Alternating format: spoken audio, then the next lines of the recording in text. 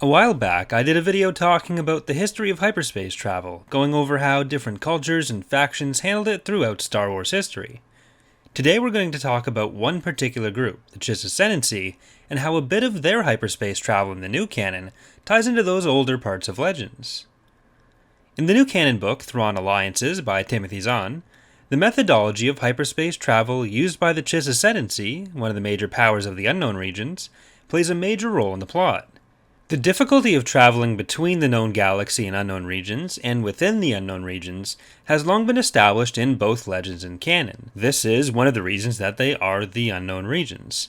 And in Thrawn Alliances, Grand Admiral Thrawn explains the reasons for this to Darth Vader. Most hyperspace routes in the unknown regions are constantly shifting, and as a result, most groups tend to prefer to stick to local travel within a few worlds, because traveling longer distances takes far longer because it has to be done through a series of shorter jumps, which have to be plotted in different ways. The Chiss Ascendancy, because of their widespread surveillance efforts within the unknown regions, despite their proclamations of non-interference, developed a way around these limitations, caused by the shifting in permanent hyperlanes. To make up for the lack of reliable computation from nav computers, the Chiss used Force sensitives to use precognition and plot courses for their vessels. The navigators would be able to sense dangers as they traveled through hyperspace and adjust for them in a way that a navigator would plot a course along a more permanent hyperlane in the known galaxy. This was still limited by other peculiarities within the Chiss and their relationship to the Force.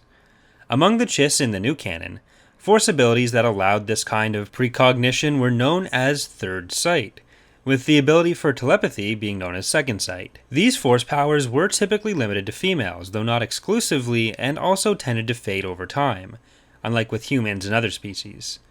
As a result, most navigators on Chiss military vessels were girls between the age of 14 and 17. And there did seem to be some exceptions to the fading powers, and there were also male Force users, though those were just more rare, with one navigator, Vanya, retaining her power until at least the age of 22, so it is conceivable that some would be able to retain their powers through their entire lives, though we don't have much information on that.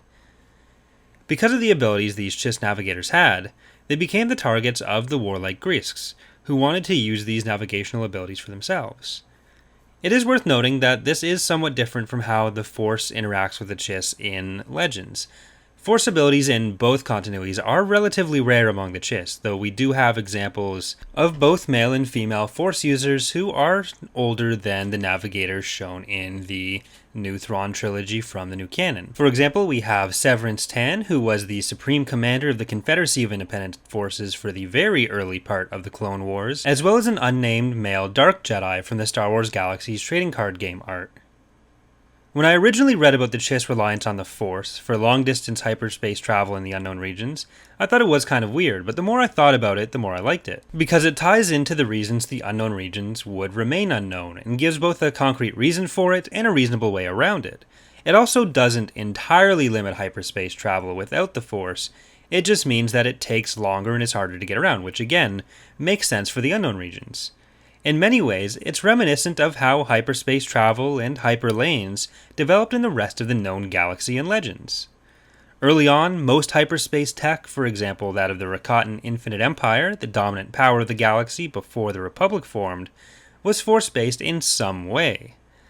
For the Rakatans in particular, their hyperspace tech was almost entirely based on use of the Force, which is how their loss of access to the Force caused the Rakatan territory to devolve into a small archipelago of planets in the unknown regions. It makes sense that in a period where standard, fixed hyperlanes couldn't really be properly mapped or created, having access to the Force as a navigational tool would give you a huge leg up on other civilizations, and may be a contributing factor to humans joining the game of galactic domination a bit later, only once they had started to develop more reliable navigational equipment, and it also goes towards explaining why the Chiss are one of the most powerful factions in the unknown regions. That's going to do it for today's video though. If you have any suggestions for future topics, please leave them in the comments, and also let me know if you agree that this is a good way to set up some of the reasons for difficulties navigating the unknown regions, as well as a decent way around it. If you have enjoyed the video, consider leaving a like or subscribing for more. Tonight, myself and Eckhart's Ladder will be recording an episode of our weekly podcast as well, Tapcaf Transmissions, on Han Solo's revenge over on his channel, Eckhart's Ladder, at about 7 PM EDT if you want to check that out live. The video will be up here tomorrow and the audio version will be out at about noon on Saturday. Thanks for watching and hope to see you next time.